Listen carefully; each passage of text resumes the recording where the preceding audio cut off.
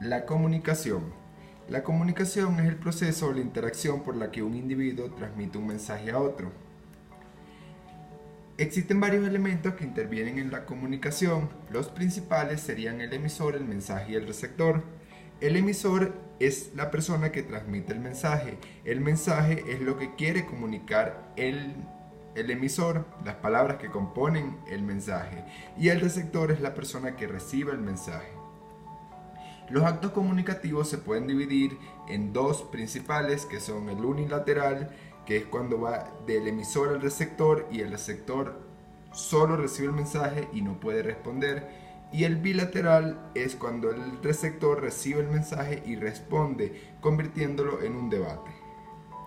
También tenemos otros elementos que intervienen en la comunicación, como son el código, el canal y el contexto. El código es el conjunto de signos y reglas que utilizamos, que ambos tienen que saber para poder entenderse. Por ejemplo, hablar el mismo idioma. Se puede dar verbal, que son el lenguaje que se utiliza, y el no verbal, que son todos los demás códigos, como señales, entre otros. El canal es el medio por el cual se transmite el mensaje. Puede ser oral, escrito, visual o auditivo. El contexto es lo que permite que podamos entender en cada momento o situación determinada. Es el más importante, ya que de este depende la comprensión del mensaje en la comunicación. Las funciones del lenguaje. Las funciones del lenguaje se pueden dividir en la primera, que es la función expresiva.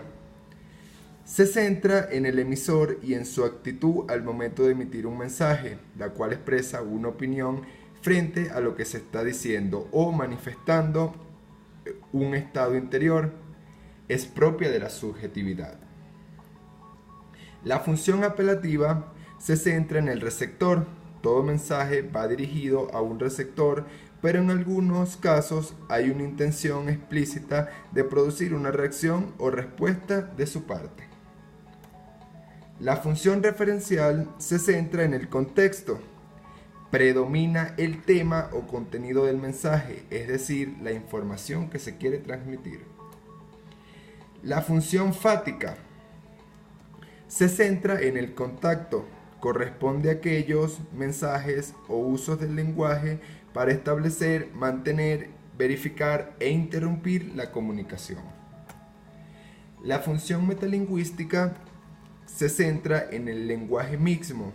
Se observa esta función cuando empleamos el lenguaje para hablar del lenguaje, cuando necesitamos aclarar el sentido de lo que se ha dicho, el significado de una palabra o explicar la manera que debe decirse algo. Y por último tenemos la función poética, que se centra en el mensaje y la forma en la que se construye.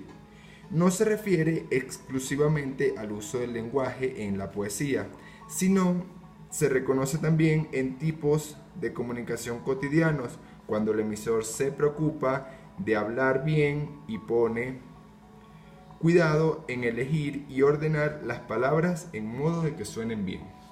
Y esto sería todo sobre la comunicación, los elementos de comunicación y las funciones del lenguaje.